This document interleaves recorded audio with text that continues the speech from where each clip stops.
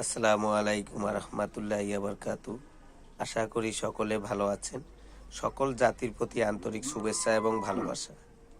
তো আজকে দেখাতে চলেছি, এইটির নাম হচ্ছে ক্ষীরা।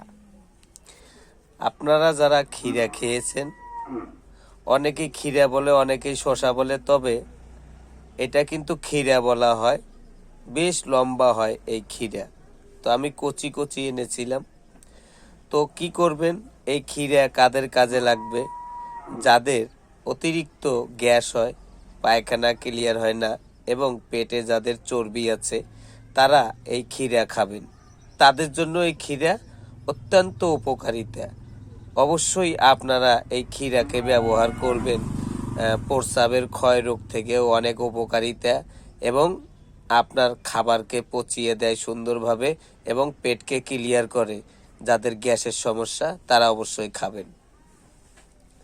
আরও একটি কথা বলি, যাদের অতিরিক্ত পায়খানা সবসময় কষা থাকে, গুটি গুটি পায়খানা হয় এবং গুটি গুটি পায়খানা হয়, সেই সাথে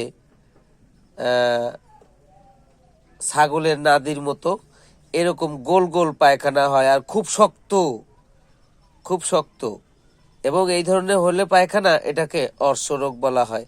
ওই ব্যক্তিরাও এই কাজটি অবশ্যই খাবেন। এই ফলটি অত্যন্ত উপকারিতা। সবজি বানায় খেতে পারেন, তরকারি রান্না করে খেতে পারেন, ডালের সঙ্গে খেতে পারেন, চাবিয়ে খেতে পারেন, সালাদ বানায় খাইতে পারেন এবং নুন ঝাল দিয়ে সালাদ তৈরি করেও খাইতে পারেন। তো অবশ্যই আপনারা এই জিনিসটাকে ফলো করবেন। যাদের অতিরিক্ত গ্যাসের সমস্যা, পায়খানা গুটি গুটি হয় এবং পায়খানা সবসময় যাদের ঠুমা ঠুমা হয়ে পড়ে এবং খুব কষা হয়, তারা অবশ্যই এইটি ব্যবহার করবেন। ধন্যবাদ সকলকে, ভালো থাকবেন ততদিনকার জন্য। আল্লাহ হাফেজ।